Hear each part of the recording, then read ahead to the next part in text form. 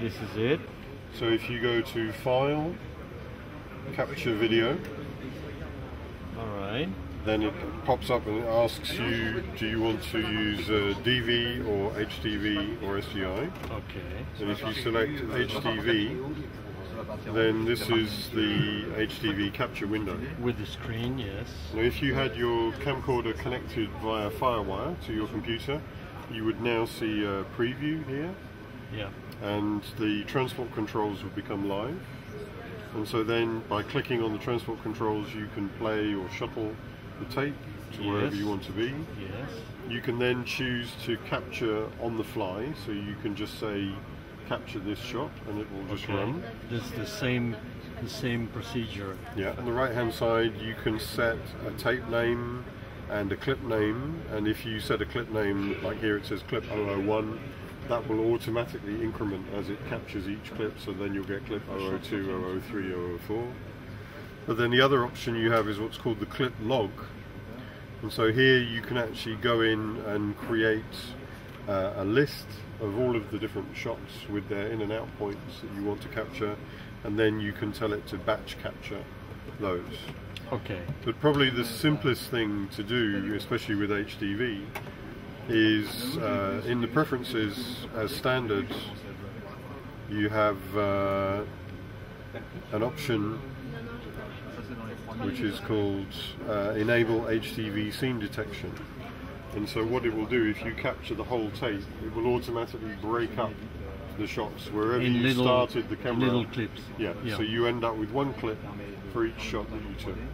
So that's the quickest and easiest way. So you just bring in the whole tape like that, then those clips automatically appear in the media bin in Vegas, and then you can start to work. Okay, so imagine that we did work on the clips, and I need to make the rendering. I just want to show you one other little thing which I think will be useful for you. So often a situation is that, you know, you're creating a project, you're bringing in your media, but you don't actually know what settings to set the project to.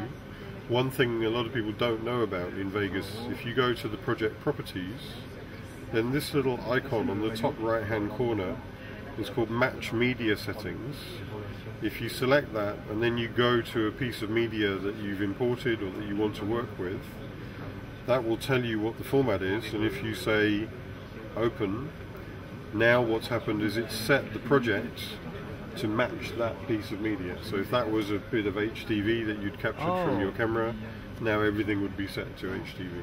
I see. My question about rendering is, usually I have to make the rendering WMV, Windows Media. WMV, yeah. Well, but the quality is not as good, of course. It all depends, you know, what you want to achieve. So here I've got another project with an edit. If I go to my render tools, I've got many different types of formats.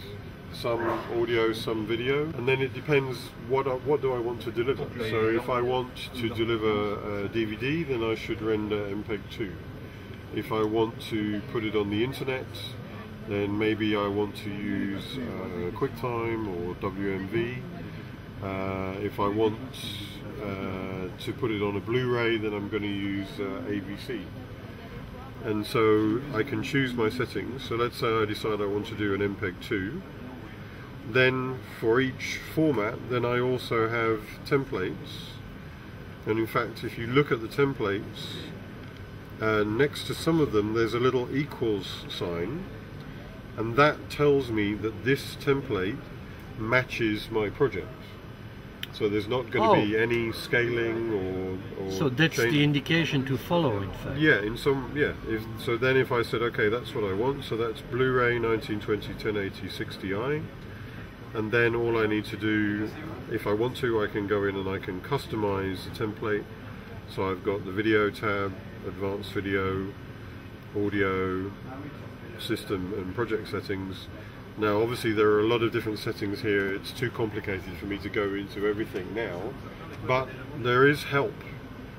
So if you go to the help button, it will open up a help window which tells you about all of the settings that you have available on that panel. So, but for YouTube, what do you recommend? For YouTube, whatever you upload to YouTube, they're going to recompress it anyway. Yes. So there's actually, on the Vegas user group forum, there's a very long thread about what is the best format to upload for YouTube. And there are some very clever guys on there who've done lots of tests, and they've come up with the best settings to send to YouTube. So how do I reach this forum? It's SONYcreativesoftware.com, and then if you go to support and forum, and then there are many forums, and one is for Vegas video. Okay.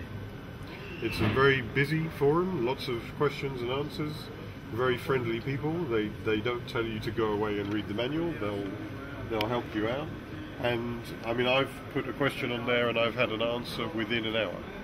So which is good. You've got people all over the place. So it's actually one of the best things about Vegas is that there's a really good support structure there from other users, not just from the company. WMV is okay, but it's not the depending best on the one. setting, it's quite heavily compressed. Sony AVC. So here you can see I've got AVC HD 1920, I've got Blu-ray, I've got Internet 1920 at 30 progressive, so, and many other settings, even for memory. You are shooting HDV, yes, and PAL, so 50 frames per second. Yes. So AVC HD 1440 by 1080 at 50i. That would be what I would use for your HDV format.